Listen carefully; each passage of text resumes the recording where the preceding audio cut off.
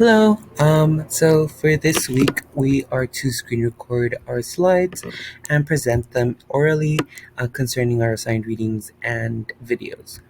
So for this week, we did read a Henry Jenkins article concerning participatory culture, and he defines this as a cultural context that supports widespread participation in the production and distribution of media. And he also mentions five characteristics of participatory culture, but I will only mention one, which is relatively low barriers to artistic expression and civic engagement, just for the sake of time. In the week 2 overview video, Professor Vu also presents examples of participatory culture such as YouTube, Reddit, and Wattpad. And also in the participatory what is participatory culture video, Henry Jenkins gives an overview of participatory culture, such as defining it as taking media in our own hands and having everyone participate in producing and distributing slash sharing this media.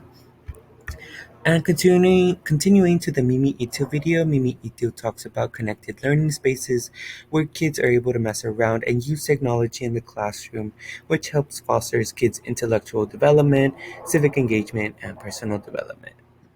In the Influence of Participatory Culture and Education video, Henry Jenkins talks about how technology and social media would be more useful in the classroom, where students can be guided by knowledgeable adults in using media and technology ethically and safely, and not on their own outside of the classroom without the assistance of these adults.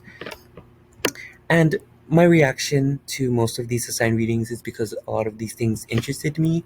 So, for example, in the first assigned reading, I know that we Jenkins mentions a lot of examples concerning students who made their own kind of little participatory cultures that they wanted to participate in. So, for example, I know one was talking about the Harry Potter Daily Prophet, and another one was talking about Alphaville and the Sims City kind of mobile game. And I know that all of these students or all of these individuals were not really aware that they were part of it, participatory cultures, but they are also able to tap into the potential um, of being part of these cultures. And we are also part of these cultures, like myself, who am I? I'm doing this assignment and sharing this assignment, sharing media actually with others. So we're all part of participatory cultures, whether it be YouTube creators or anyone. So I thought that was really cool. And in the overview video, I know Professor Vu mentioned Reddit as a participatory culture, and I use Reddit all the time. I'm actually part of the UCI subreddit page and also part of other subreddit pages such as Game of Thrones and the LA subreddit page. And so I thought that was really cool that he mentions that.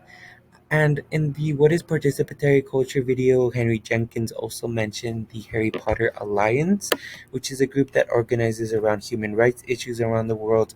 And I thought it was so interesting being able to take something fictional, such as the Harry Potter world, and be able to mirror that into the real world.